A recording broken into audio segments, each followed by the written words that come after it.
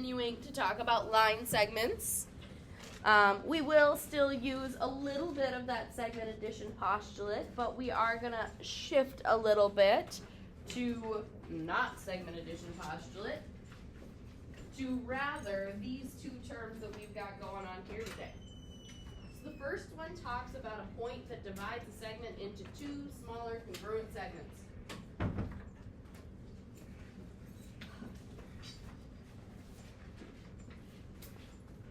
So, say I got a segment.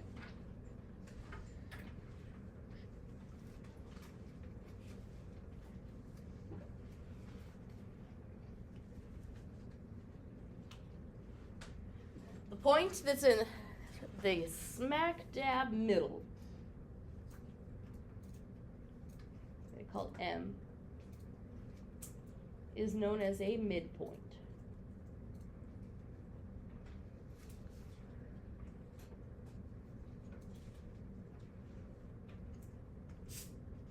And if it is a midpoint, one of the things that has to be true is that these have to be congruent. You have that there's going to be tick marks there if it tells you it's a midpoint via a picture. Otherwise, it's going to say the word midpoint in the instructions. If you ever see a segment that looks like it's got a point smack dab in the middle of it, you do not know it's a midpoint unless the instructions tell you or you see those tick marks. Just emphasizing that. Just because it looks like it's in the middle does not guarantee it is in the middle. You have to have something telling you that.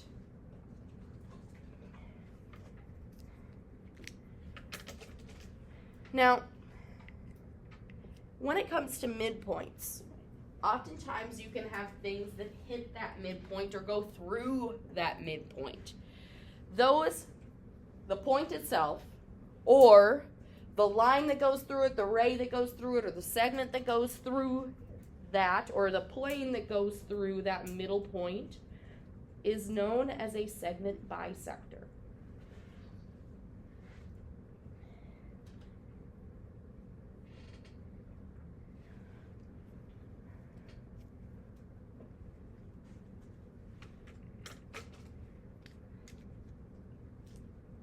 So if I see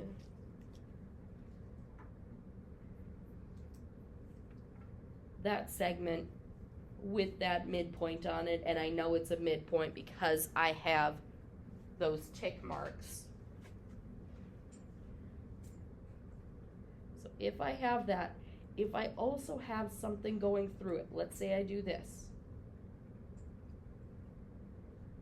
That's point M, and I'll put another point on this N.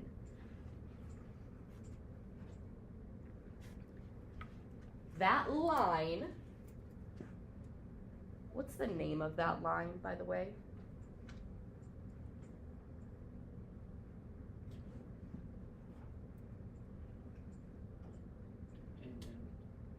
NM.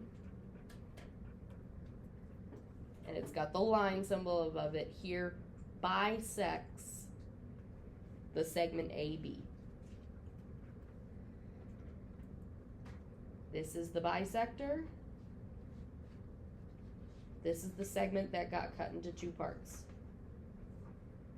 or the segment with two congruent parts.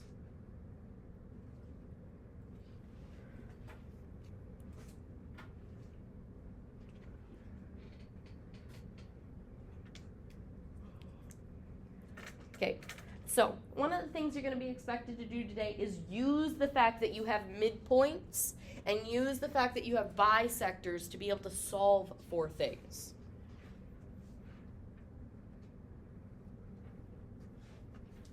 So, you're going to see some questions that say something like this. Identify the figure that is the segment bisector of the given segment, and then find, and it'll be some sort of a length. So, on this first one, I see tick mark here and here, which means this must, right here, must be my midpoint. What is the bisector? What is the thing going through it? MN. What MN? That's not a line, that's a ray, because it starts at M and goes towards N. That's the bisector. Could I have called that ray NM? No, because that would have implied end point here, arrow up here. So that's the bisector. It also wants me to find the length of PQ. Is that a part or the full segment? It's the full segment. Now, in all technicality, to find this, we're going to use segment addition postulate. We're going to add up the two parts. This part we know to be 5. What's the length of this part? 5, because they're congruent. And 5 plus 5 is 10. PQ equals. We got it by 5 plus 5. Therefore, PQ equals 10. Do you have to write out all of that? No. It asked for the bisector. It asked for the length of PQ. I wrote this out just to kind of talk about where it came from, just because it's our notes. By the way, if PQ is a segment, why doesn't this have a bar above it?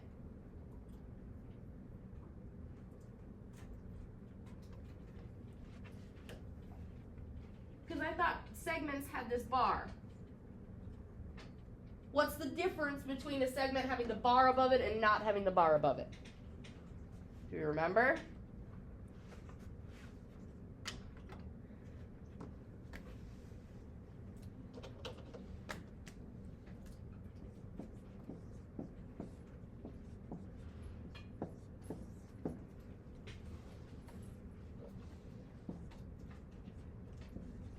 These are both references to a segment.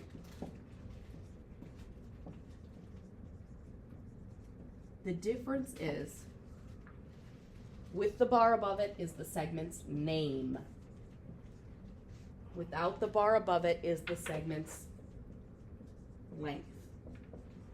It's the difference between a name and a length. Okay. So, this one here.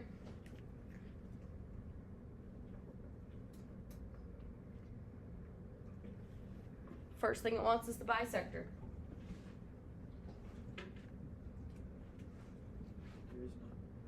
There technically is one, because a bisector can be a point as well. Which means, while this is our midpoint, it is also our bisector. Do we often refer to a point as a bisector? Honestly, no. Most of the time, we'll just call it the midpoint. But it can still be a bisector.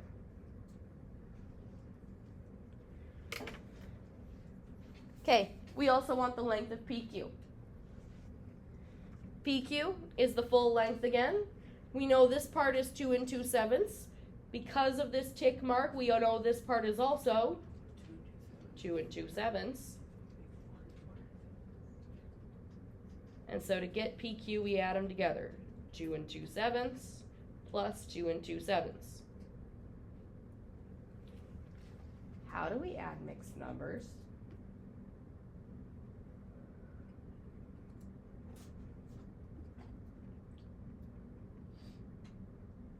To add mixed numbers, you add the whole part, you add the fraction part.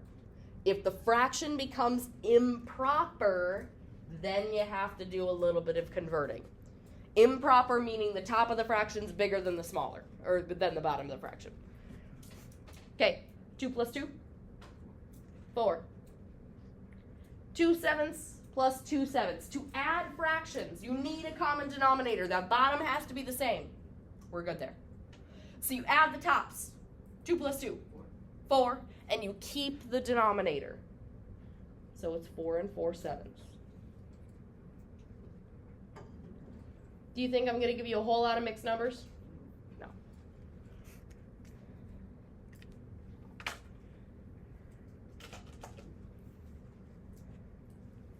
Now the next set of instructions, very similar. Identify the segment bisector, but these ones have us solving for x before finding ms.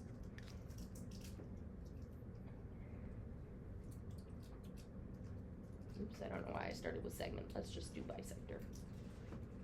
It's technically a segment bisector, but it is a bisector is a more general term.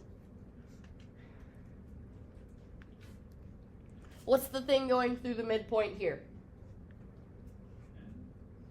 Line N. Remember, when it's the little lowercase letters for a line, you need to write the word line and use that lowercase letter. That's the only time we really have lowercase letters. Okay, so that's my bisector. Now I need to solve for x.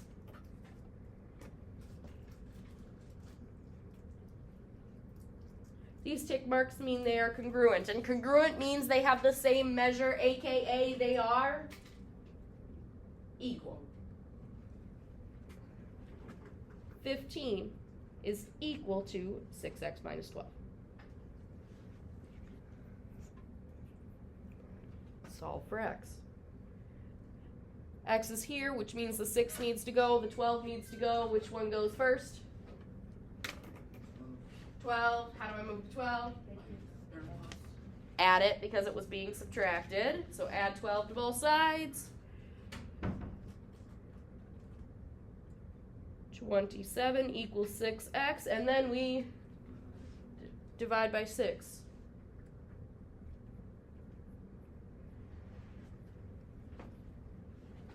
$27 divided by 6. There's calculators up here if you need one. Grab one.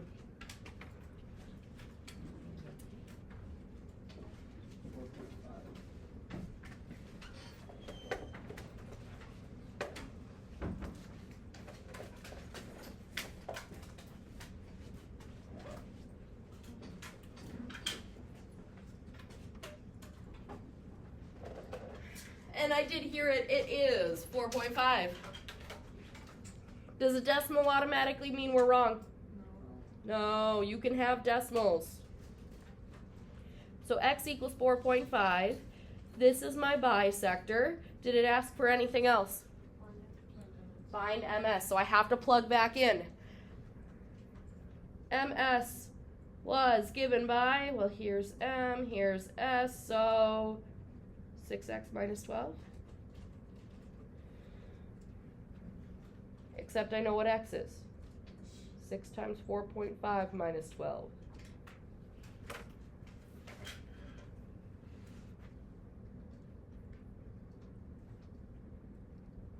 What do we get? 15.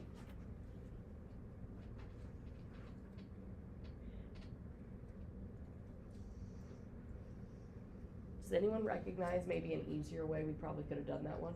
It's congruent, or the other side. MS is congruent to RM. Didn't it have to be 15? But by doing it this way and finding that it was 15 this way, you know that you did it right.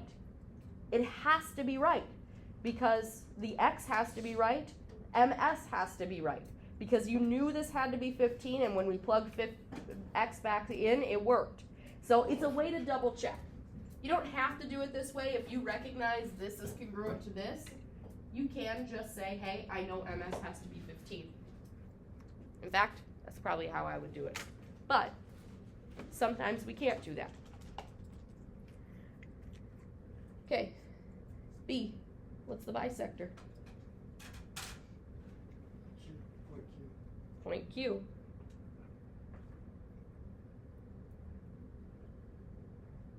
And if you just wrote the capital letter Q, for a point, it's okay if you actually don't write point. I typically try to, but every once in a while you noticed I didn't initially because sometimes I don't. But I try to do it out of habit. Okay, tick marks mean they are congruent, also known as equal. Be careful with this though, because these pictures look a lot like the pictures that we did yesterday, but yesterday didn't have the tick marks. So make sure you're looking out for those tick marks.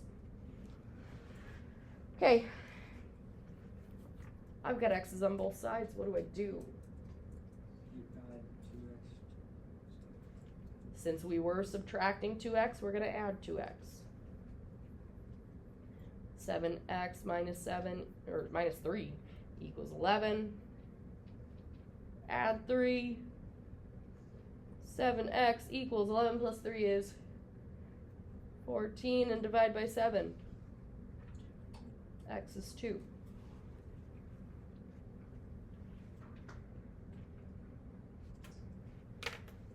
But remember, it also asked for ms.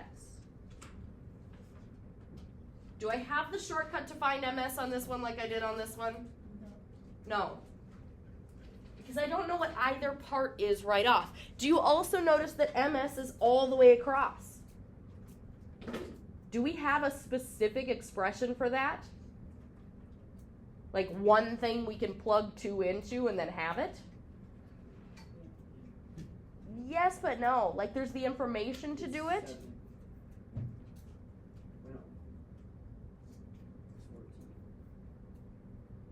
How'd you get 14? One side is 7.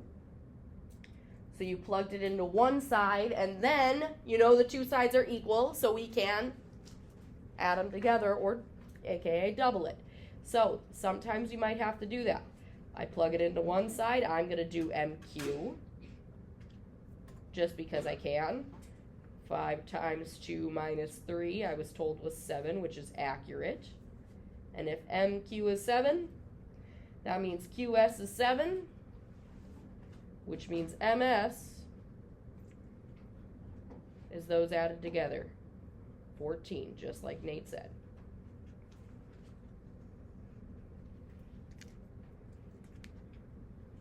Sometimes it might take a couple steps to figure out what it is it's asking us to solve for.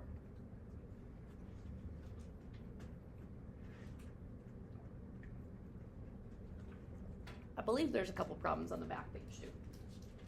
Just go ahead and flip the page. I'm just waiting to make sure everyone's got this written down.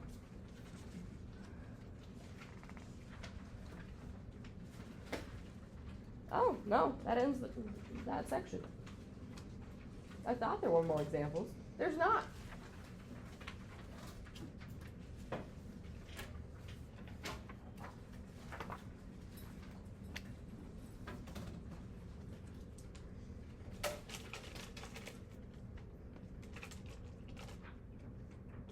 The color that actually shows up on here.